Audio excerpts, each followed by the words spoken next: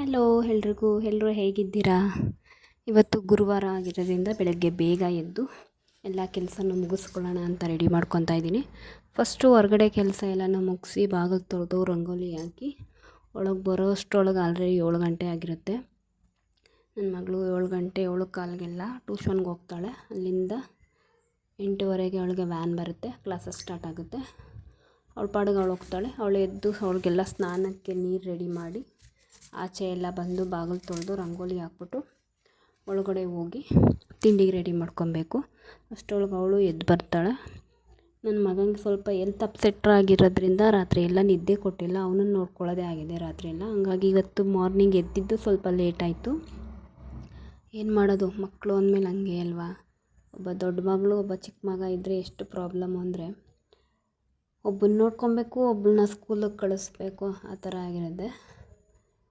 ಹಂಗಾಗಿ ಅವನು ಸ್ವಲ್ಪ ಎಲ್ತ್ ಅಪ್ಸೆಟ್ ಆಗಿರೋದ್ರಿಂದ ಅವನು ಹೇಳೋಕ್ಕೂ ಮುಂಚೆನೇ ನಾನು ಬೇಗ ಕೆಲಸ ಮುಗಿಸ್ಕೊಂಡ್ರೆ ಸ್ವಲ್ಪ ನನಗೂ ಈಸಿ ಅನಿಸುತ್ತೆ. ಇನ್ನು ನಾಳೆ ಆಷಾಢ ಶುಕ್ರವಾರ ಇರೋದ್ರಿಂದ ಇವತ್ತೇ ಮನೆ ಕೆಲಸ ಎಲ್ಲ ಮುಗಿಸ್ಕೊಂಡು ದೇವ್ರ ಮನೆ ಪಾತ್ರೆ ಎಲ್ಲನೂ ಕ್ಲೀನ್ ಮಾಡ್ಕೊಳ್ಳೋಣ ಅಂದ್ಕೊಂಡಿದ್ದೀನಿ. ಹಾಗೆ ತಿಂಡಿಗೆಲ್ಲ ರೆಡಿ ಮಾಡಿ ತಿಂಡಿ ಪಲಾವ್ ಮಾಡಿ ಇಬ್ಬರನ್ನ ಕಳಿಸಿದ್ದಾಯಿತು. ಹಾಗೆ ದೇವ್ರ ಪಾತ್ರೆ ಎಲ್ಲನೂ ತೊಳೆದು ಹೂವೆಲ್ಲ ಬಿಡಿಸ್ಕೊಬಂದಿಟ್ಟಿದ್ದೆ. ಗುರುವಾರದ ಪೂಜೆನೂ ಮುಗಿಸಿ ನಾನು ಸ್ವಲ್ಪ ನನ್ನ ಮಗನ್ನ ಹಾಸ್ಪಿಟ್ಲಿಗೆ ಕರ್ಕೊಂಡು ಹೋಗಬೇಕಿತ್ತು. ಹಂಗಾಗಿ ಇವತ್ತಿನ ಪೂಜೆ ಎಲ್ಲನೂ ಮುಗಿಸ್ಕೊಂಡು ನಾನು ಫ್ರೆಶ್ ಅಪ್ ಆಗಿ ಸ್ನಾನ ಮಾಡಿ ನನ್ನ ಮಗನಿಗೂ ಸ್ವಲ್ಪ ಫ್ರೆಶ್ ಅಪ್ ಮಾಡಿ ಅವನ್ನ ಹಾಸ್ಪಿಟ್ಲಿಗೆ ಕರ್ಕೊಂಡು ಹೋಗ್ತಾ ಇದ್ದೀನಿ. ಗುರುವಾರ ಎಲ್ಲ ಪೂಜೆ ಮುಗಿಸಿ ನನ್ನ ಮಗಳನ್ನ ಸ್ವಲ್ಪ ಹಾಸ್ಪಿಟ್ಲಿಗೆ ಕರ್ಕೊಂಡು ಹೋಗಬೇಕು. ಅವನು ರಾತ್ರಿ ಎಲ್ಲ ವಾಮಿಟಿಂಗ್ ಜಾಸ್ತಿ ಆಗಿಬಿಟ್ಟಿದೆ.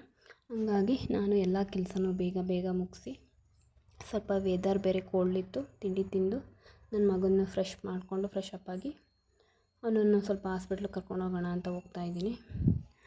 ಅವನನ್ನು ಕರ್ಕೊಂಬಂದ್ಬಿಟ್ಟು ಸ್ವಲ್ಪ ಅವನು ರಾತ್ರಿ ಎಲ್ಲ ನಿದ್ದೆ ಕೊಟ್ಟಿಲ್ಲ, ಅವನು ಮಲಗಿಸ್ಬಿಟ್ಟು ನಾನು ಸ್ವಲ್ಪ ರೆಸ್ಟ್ ಮಾಡೋಣ ಅಂದ್ಕೊಂಡಿದ್ದೀನಿ. ಹಾಗೆ ಮೆಡಿಕಲ್ಲಿಗೆ ಹೋಗಿ ಹಾಸ್ಪಿಟ್ಲಿಗೆ ತೋರಿಸ್ಕೊಂಡು ಅವನಿಗೆ ಏನೇನು ಮೆಡಿಸಿನ್ ಬೇಕೋ ಎಲ್ಲ ತೊಗೊಂಡು ಬಂದಿದ್ದೆ. ಇದೇ ನೋಡಿ ನಮ್ಮೂರು. ನಾನು ಓದಿದ್ದು ಪ್ರೈಮರಿ ಸ್ಕೂಲೆಲ್ಲ ಈ ಸ್ಕೂಲು, ಮತ್ತು ಹೈಸ್ಕೂಲಿಂದ ಕಾಲೇಜ್ವರೆಗೂ ಅಲ್ಲೇ ಪಕ್ಕದಲ್ಲೇ JC ಸ್ಕೂಲಲ್ಲಿ ಓದಿದ್ದು. ಹುಟ್ಟಿದ್ದು ಬೆಳೆದಿದ್ದು ಮದುವೆ ಆಗಿರೋದು ಪ್ರೆಸೆಂಟ್ ಇರೋದು ಎಲ್ಲ ಒಂದೇ ಊರು. ಯಾವ ಊರು ಅಂತ ಗೊತ್ತಿದ್ದರೆ ಯಾರಿಗಾದರೂ ಕಮೆಂಟ್ ಮಾಡಿ. ಎಲ್ಲ ಒಂದೇ ಊರಲ್ಲಿ ಒಂದೇ ಊರಿಗೆ ಮದುವೆ ಆಗಿದ್ದೀನಿ. ಹುಟ್ಟಿದ್ದು ಬೆಳೆದಿದ್ದು ಓದಿದ್ದು ಓಡಾಡಿದ್ದು ಪ್ರತಿಯೊಂದು ಒಂದೇ ಊರು ನಂದು. ಏನೋ ಒಂಥರ ತುಂಬ ಖುಷಿ ಇದೆ ನನಗೆ ಒಂದೇ ಊರಲ್ಲಿರೋದ್ರಿಂದ. ಯಾವುದನ್ನು ಮಿಸ್ ಮಾಡ್ಕೊಂಡಿಲ್ಲ ಚಿಕ್ಕದ್ರಲ್ಲಿರೋದ್ರಿಂದ ಇವಾಗಿನ ತನಕನೂ ಚೆನ್ನಾಗಿದ್ದೀನಿ. ಲೈಫ್ ಎಲ್ಲ ಚೆನ್ನಾಗಿದೆ.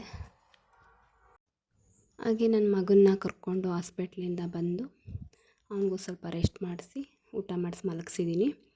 ನೆಕ್ಸ್ಟು ಸಂಜೆ ಆಯಿತು. ನನ್ನ ಮಗಳು ಬಂದಳು. ಅವಳು ಪಾಡಿಗೆ ಅವಳು ಟ್ಯೂಷನ್ ಮುಗಿಸ್ಕೊಂಡು ಬಂದು ಅವಳು ಏನಿದೆ ವರ್ಕು ಅದನ್ನು ಮುಗಿಸ್ಕೊಂಡು ಅವಳು ಓದ್ಕೊತಾಳೆ.